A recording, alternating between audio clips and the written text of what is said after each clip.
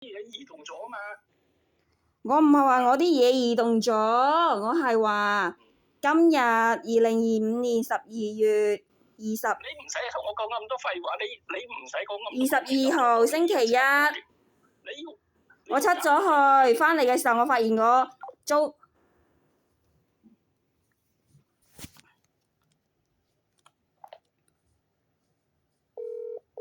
一人嚟報咯。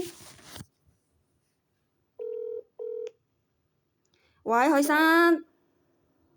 我依家唔係辦公時間，你依家得你想做咩？你快啲講。我唔係辦公時間，唔需要接你電話。你依家報警，你依家房東你想做咩啊？有賊入屋喎。有賊，我哋即刻報警啦都話。咁我要首先睇下邊個賊入咗嚟啊嘛。你要咁差佬去查㗎嘛？咪我去查啊嘛，我關我鬼事啊？點會唔關你事啊？你當初你話你安九860電視係為咗保障我哋嘅安全嘅，租戶嘅安全嘅。嗰個唔係我哋負責捉賊，我都唔會去捉賊，都唔識捉賊。咁唔通你冇責任睇下邊個賊入嚟？你開頭話你安裝960電視係為咗保障嗰啲租戶嘅安全。你依家即係報警。哦，但係你嗰時係講有喎，講話呢度啲多數都係招嗰啲女住戶方便咁樣管理，然之後呢順便呢就係可以保護下安裝閉路電視，保護下你哋，防止有啲陌生人入嚟咁樣講嘅，好好人嘅，你嗰時仲。但係點解依家又我發現我返嚟嘅時候，我見到我道門，我明明塗咗啲膠上去嘅，綁咗啲膠上去嘅，然之後呢嚟返到嚟，有人整過我啲咁嘅衣物，然之後我懷疑有賊又入嚟，之前我都已經同你講過有賊入過嚟，你又係唔翻查個閉路電視。你依家即刻報警啦，都麻煩你。咁你去報啦。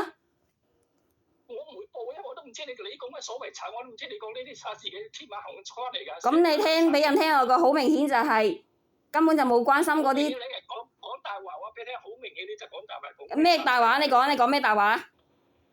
你咪再差佬嚟睇咯。講咩大話？講大話。我今日講咩大話？你講點樣講大話？你一口又咬定話我講大話？好明顯你講大話，聽你去差我咧，差佬第一個你啲講大話即刻捉你坐監。你報啦。嚇！我講咩大話？你講啦。即刻報！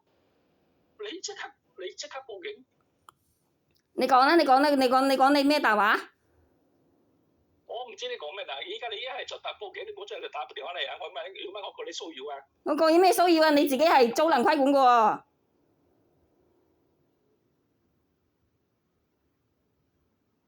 呢個咁嘅房東呢，之前呢有賊入過嚟屋企嗰度，佢都我3番4次叫佢問你閉路電視影下睇下邊個揾翻邊個賊入過嚟，佢推3推4，仲要話係我哋嘅問題。